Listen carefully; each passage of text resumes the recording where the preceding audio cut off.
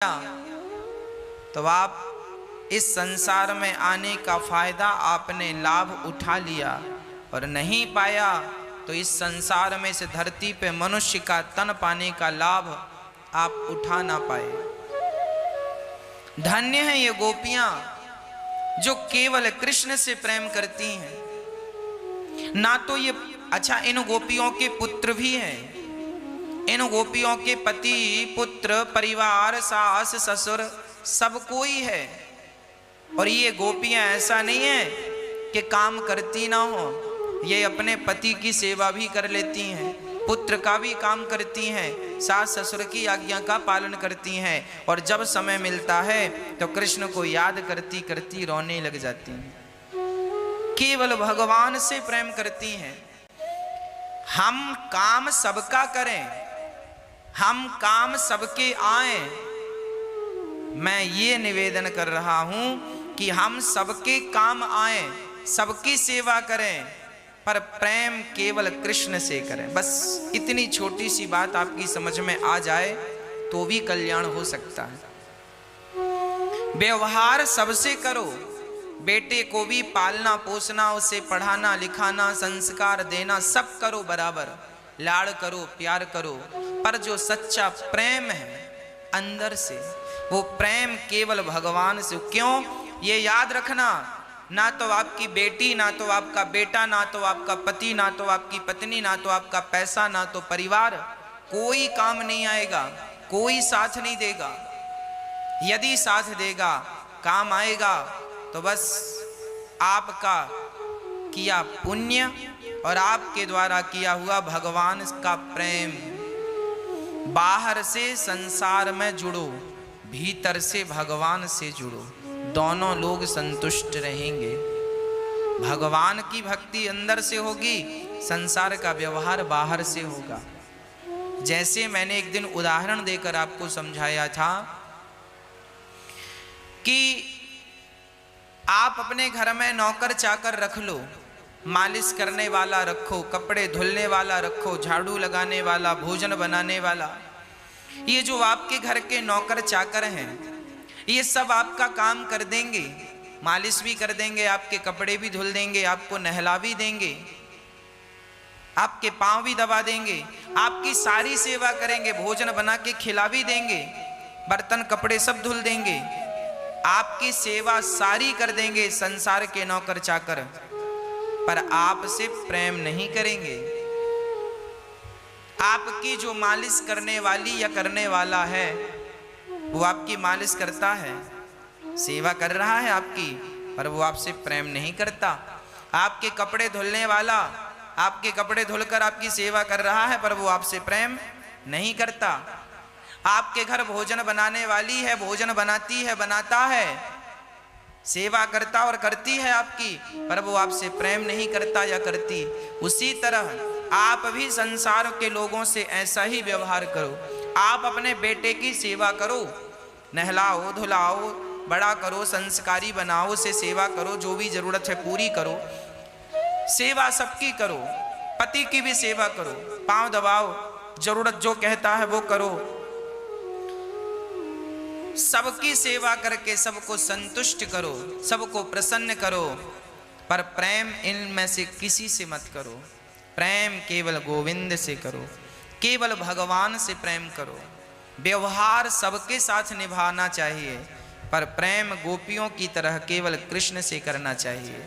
ये गोपियां कोई सामान्य गोपियां नहीं हैं, ये गोपियां भगवान से कितना प्रेम करती हैं हम आपको क्या बताएं।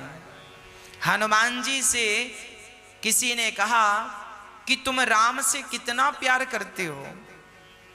हनुमान जी ने कहा हम तुम्हें क्या बताएं कि हम राम से कितना प्यार करते हैं। तो किसी ने ताना मारते हुए कहा, हाँ हाँ प्यार करते होते तो जरूर दिखाते।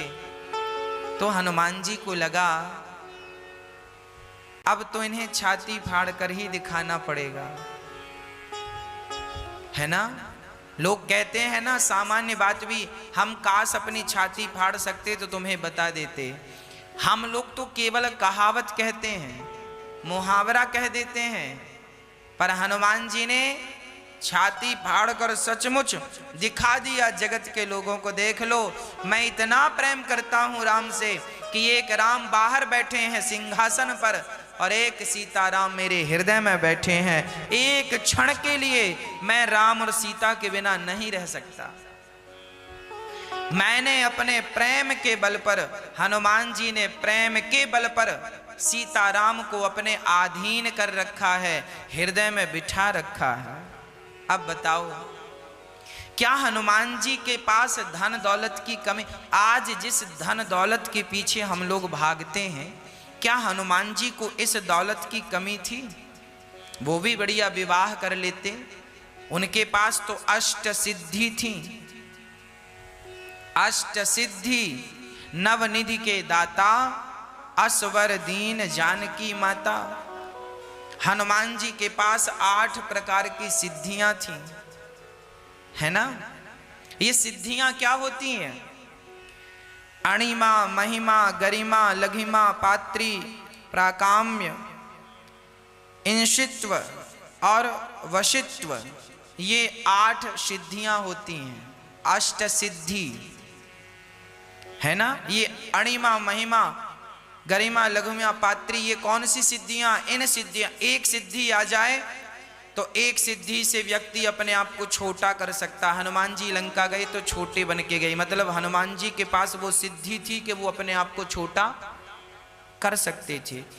दूसरी सिद्धि है, वो अपने आप को जितना बड़ा करना चाहें वो बड़ा कर सकते हैं। हनुमान जी बड़े कर सकते हैं अपने आप को। हनुमान जी चाहें तो कुबेर का खजाना भी अपने अधीन कर सकते थे, इतनी शक्ति हनुमान जी के अंदर थी, इतना कुछ था। नवनिधि, अष्ट सिद्धि, नवनिधि के दाता हनुमान जी के पास 9 निधि। 9 निधि कौन कौन सी होती हैं? रिद्धि, सिद्धि, तुष्टि, पुष्टि, श्री, लाभ, शुभ, आमोद और प्रमोद। ये नव गुण है, नवनिधि है, अष्ट सिद्धि, नवनिधि के दाता। तो हनुमान जी सब कुछ जानते थे, उनके पास रिद्धि सिद्धि की कमी नहीं थी। अरे इंद्र का वैभव भी हनुमान जी के आगे तुच्छ है।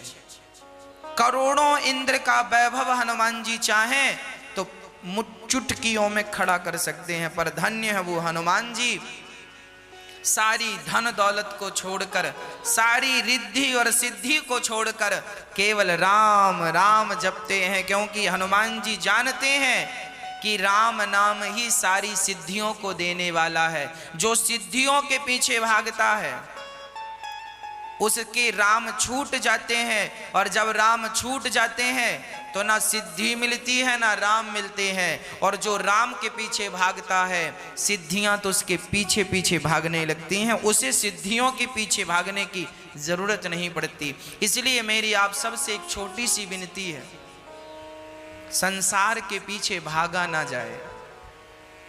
संसार के पीछे भागने से कोई लाभ नहीं, भागना ही है तो भगवान राम के पीछे भागा जाए। इस धरती पे हम मेहनत कर करके जितना जोड़ते हैं कमाते हैं सब धरा रह जाता है। लोग भूल जाते हैं कि तुम्हारे द्वारा किया पुण्य और पाप तुम्हारे साथ जाना है। इसलिए केवल भगवान को याद करके, उनका चिंतन करके केवल पुण्य बढ़ाया जाए, पाप में मन कभी धोखे से ना लगाया जाए, अहरनिश परमात्मा का चिंतन किया जाए, तब ये 84 के चक्कर से निकलकर आप गोविंद की शरण में जाएंगे। अन्यथा ये जन्म और मृत्यु का ये कुचक्र है, ये छोड़ने वाला नहीं।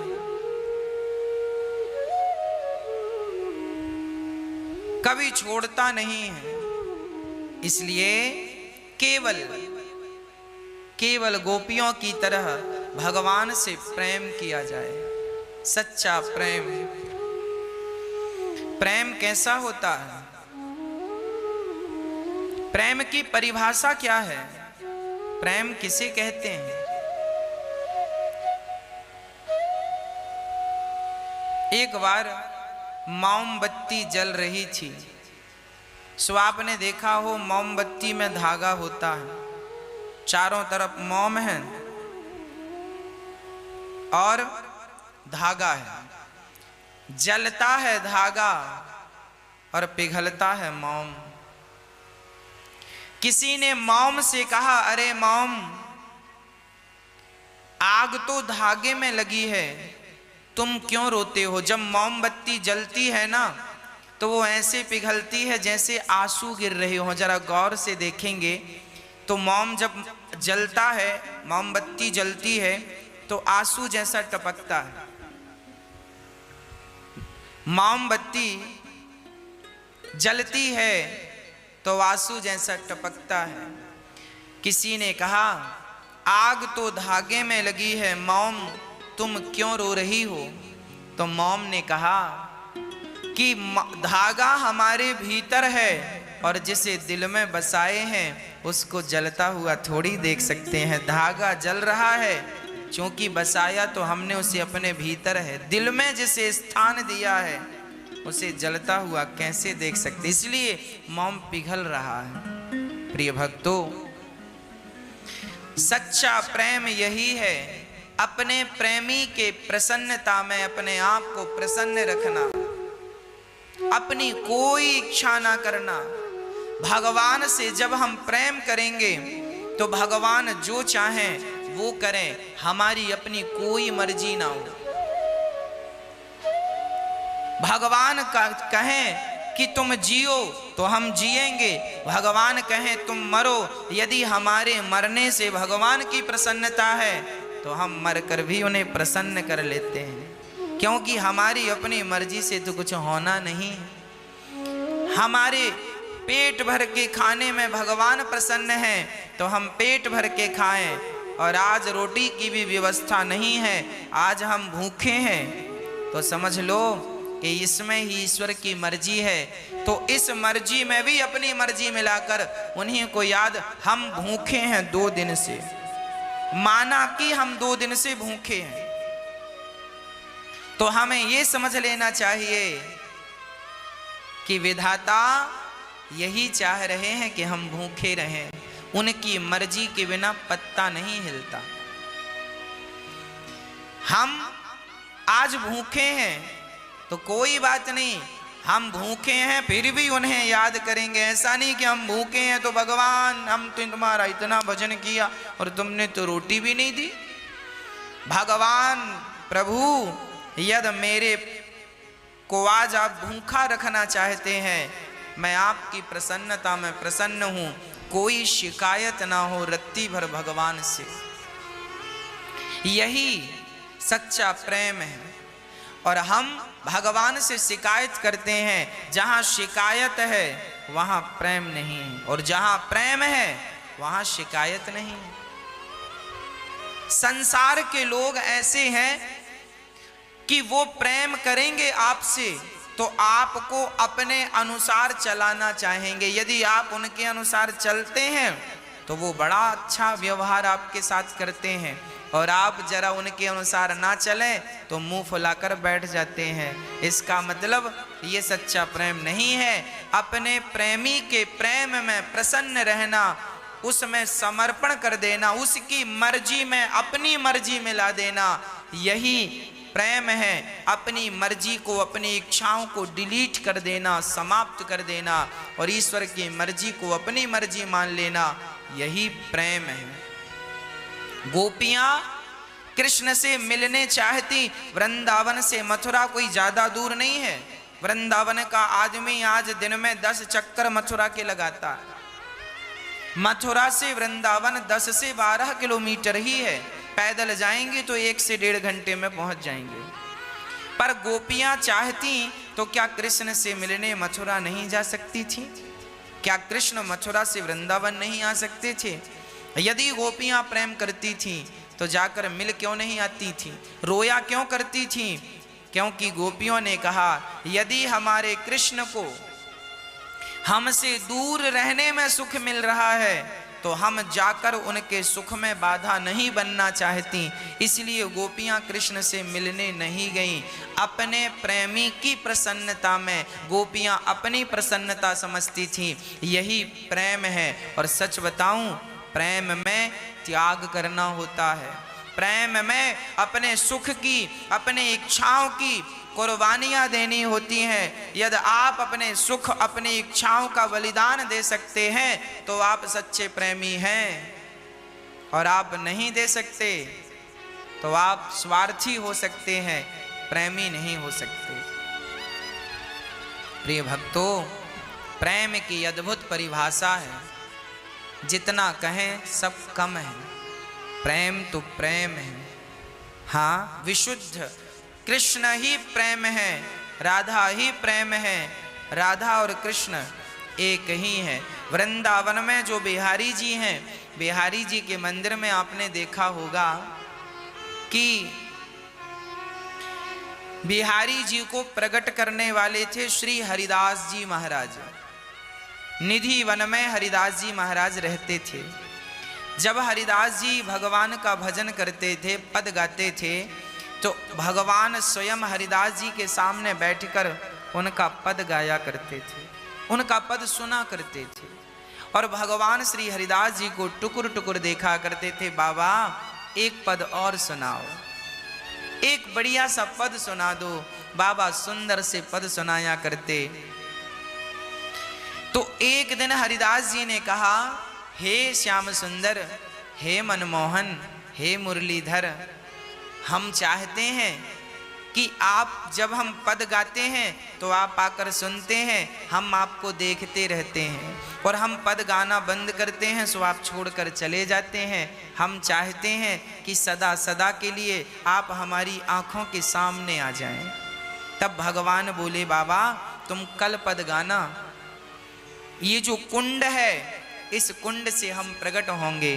तो जब पद गाया श्री हरिदास जी ने और भगवान को प्रेम से पुकारा, तो निधि वन में वो कुंड आज भी है। उस कुंड से प्रिया प्रियतम राधा और कृष्ण दोनों प्रकट हो गए। हाँ, राधा और कृष्ण दोनों प्रकट हो गए। हरिदास जी महाराज ने जब देखा श्याम सुंदर आए हैं, श्री किशोरी जी आई हैं, तो हरिदास जी महाराज बिहारी जी को देखकर तो प्रसन्न हो गए, पर राधा जी को देखकर जल्दी से भाग गए। भगवान ने कहा, हरिदास जी कहां भाग रहे हो? हरिदास जी ने कहा, प्रभु आप आए तो अच्छा है, पर ये मैया को क्यों ले आए? कन्हैया बोले, बाबा ये राधा है और हम इनके बिना एक पल नहीं रहते। अच्छा, हरिदास जी ने कहा, प्रभु मैं तो ठहरा लंगोटी वाला बाबा, केवल एक लंगोटी है, और सुनो मैं लंगोटी लगाता हूं तो मैं आपको भी लंगोटी लगा दिया करूंगा। जो मैं खाता हूं चना चवैना, संत हूं तो मेरे पास तो धन दौलत है नहीं 56 भोग पवाऊं, तो मैं भी आपको चना चवैना भोग लगाऊंगा।